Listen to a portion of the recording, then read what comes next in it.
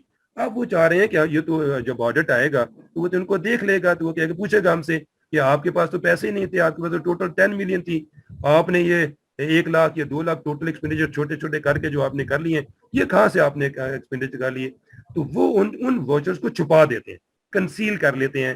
بعض کا یہ فراڈ ہوتا ہے, فراڈ کی ایک صورتحال ہوتی ہے کہ وہ جب انہوں نے کنسیل کر لیا تو اب جو ٹوٹل اماؤنٹ وہاں پہ ریکنسلیشن ہو رہی ہے اور یا جو اپیئر ہو رہی ہے سسٹم کے اندر وہ 10 ملین کی ٹوٹل اماؤنٹ وہاں پہ اپیئر ہو رہی ہے, تو جس سے پتہ نہیں چل رہا کہ یہ. لیکن آڈیٹر جب آڈٹ کر رہا ہوتا ہے تو اس کے سامنے مختلف قسم کی صورتحال ہوتی ہیں. تو ایک واچر ایسا آ گیا جو پتہ چلا کہ یہ والا تو واچر جو ہے وہ ٹوٹل اس میں فائنینشل اسٹیٹمنٹ کے جو ٹوٹل اماؤنٹ ہے واچرز کی اس میں اپیئر ہی نہیں ہو رہا, اور اس میں پیمنٹ بھی ہو گئی ہے اور اس کے اگینسٹ ایک چیک بھی کاٹا گیا ہے. اب وہ چیک کو کنسیڈر کر رہا ہوتا ہے جب آڈیٹر, تو اس کے سامنے جب چیز آئے گی وہ والی اماؤنٹ ہو سکتا ہے چھوٹی چھوٹی ہوں, 1000 کے, 1500 کے, 2000 کے, 800 کے, 500 کے واچر جو چھوٹے چھوٹے. لیکن اس کا مطلب یہ ہوا نا کہ یہ جو مینجمنٹ ہے یہ مختلف قسم کے جو ایکسپینڈیچر کرتی ہے لیکن ان کو کنسیل بھی کرتی رہتی ہے. یعنی آپ آڈیٹر کا جو ٹرسٹ ہے, جو کانفیڈنس ہے اس مینجمنٹ کے بارے میں وہ شٹر ہو گیا. تو لہٰذا ایٹ ٹائمز ایسی صورتحال بھی ہو سکتی ہے کہ آپ نے کوانٹیٹیو تو کیلکولیشن کی ہوئی ہے لیکن کوئی کوالٹیٹیو ایسپیکٹ کو بھی دیکھا جاتا ہے. لیکن ایک بات دوسری بھی جو آپ نے مد نظر رکھنی ہے وہ یہ کہ ایز این آڈیٹر یہ کوالٹیٹیو ایسپیکٹ بہت کاسٹلی پڑ سکتی ہے ہمیں. یعنی ہمیں اس کو کوالٹیٹیو چیزوں کو دیکھنے کے لیے ہمارے پاس کاسٹ کا کوئی پرابلم ہو سکتا ہے, ٹائم بہت زیادہ لگ سکتا ہے, پھر ہم ان چیزوں میں زیادہ نہیں جاتے. تو اس کو سمجھنے کے لیے یہ بات آپ نے یاد رکھنی ہے. Auditors are not expected to plan financial audits to detect all of these qualitative errors. The cost of such an audit would be too high.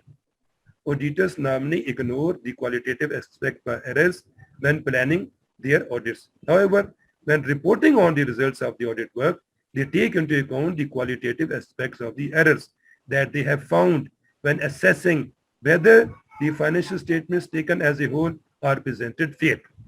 یہاں پہ آپ کے سامنے دو باتیں آ گئی, امپورٹنٹ باتیں ہوگی کہ جب آپ نے پلاننگ کرنی ہے تو پھر تو آپ نے کوانٹیٹیو بیسس پہ ہی کرنی ہے, یعنی جو مٹیریلٹی ہوگی وہ کوانٹیٹیو اسپیکٹ کو ہی مد نظر رکھ کے بنائی جائے گی. لیکن جب آپ فیلڈ میں گئے فزیکلی, جب آپ نے واچرز کو آڈٹ کرنا شروع کیا, وہاں پہ آپ کے سامنے ایسی چیزیں چھوٹی چھوٹی آ گئیں کہ جو اس مینجمنٹ نے اپنی کیش بک میں ریکارڈ نہیں کی یا اپنی فائنینشل اسٹیٹمنٹ میں انکلوڈ نہیں کیا اور آپ کے سامنے آ گئی ہیں.